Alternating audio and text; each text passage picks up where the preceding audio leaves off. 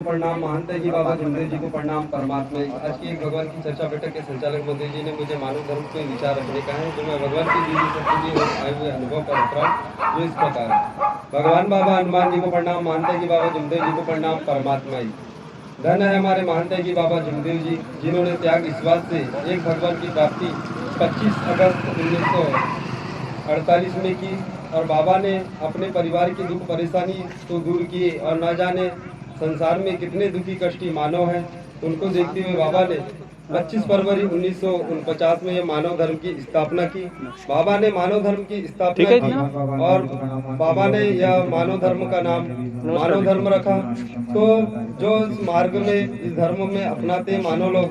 तो हम किस प्रकार से पहले मार्ग के पहले कर्म करते थे, तो इस बाबा ने यह मानव धर्म रखा। क्योंकि जो मानव सत्य निष्ठा, ईमानदारी, सत्यवादी, निस्वार्थ भावना से इस धर्म में आते हैं, और जो स्वार्थ न रखते हुए निस्वार्थ भावना से दुखी कष्टी मानव को एक भगवान के प्रति जगाने के कार्य करते हैं, और सत्य निष्ठा से, ईमानदारी और बिना स्वार्थ के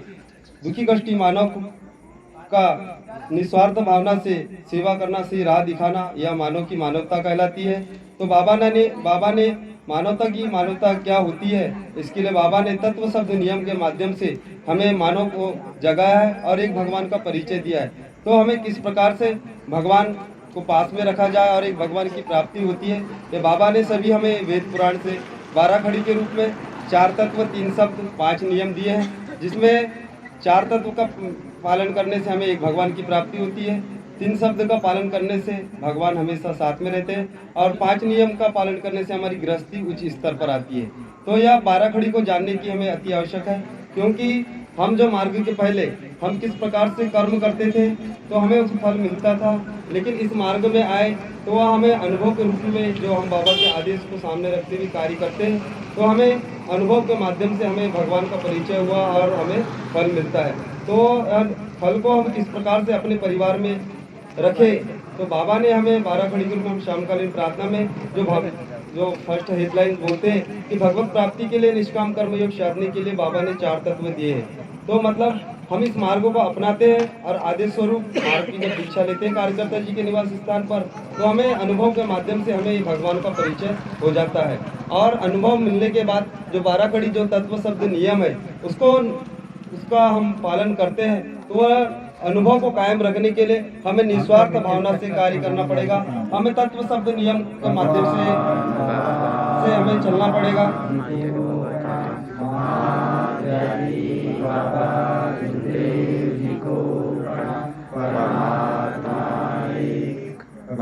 तो हमें नियम को हम ये हमेशा कायम करने के लिए 12 कड़ी के रूप में हमें जो 4 तत्व दिए, तो इसका निष्काम भाव से जो हमें जो हेडलाइंस में शाम की प्रार्थना में दिए, तो हमें इस पर चलना पड़ेगा। और 3 शब्द जो भगवान ने हमें, बाबा ने हमें जो दिए, यह इस पर हमें अपने सत्य मर्यादा प्रेम का आचरण करके अपने परिवार में चल सकते हैं। तो भगवान हमेशा साथ में रहते हैं, और जो हम जो गृहस्थ जीवन में चलने के लिए, गृहस्थी उच्च स्तर पर लाने के लिए, मानवीय जीवन के अनेक उद्देश्य सफल करने के लिए बाबा ने 5 नियम दिए। ये 5 नियम का हम पालन करते हैं तो हमारी गृहस्थी उच्च स्तर पर आती है, हमारे मानवीय जीवन के अनेक उद्देश्य पूर्ण होते हैं और जीवन में जीने की राह मिलती है। तो हमें 12 कड़ी के रूप में इनका पालन करना चाहिए, और हम स्वार्थ न रखते हुए हम दुखी कष्टी मानव को एक भगवान के प्रति जगाने का कार्य करना चाहिए। यही मानव की मानवता कहलाती है। तो बाबा ने हमें सभी वेद पुराण से 12 कड़ी के रूप में 4 तत्व 3 शब्द दिए, तो हमें एक चित्त एक लक्ष्य से बाबा के आदेशों का पालन करते हुए कार्यकर्ता जी का आदेश का पालन करना चाहिए। इतना कहकर मैं अपने शब्दों को विराम देता हूँ। सभी से नमस्कार।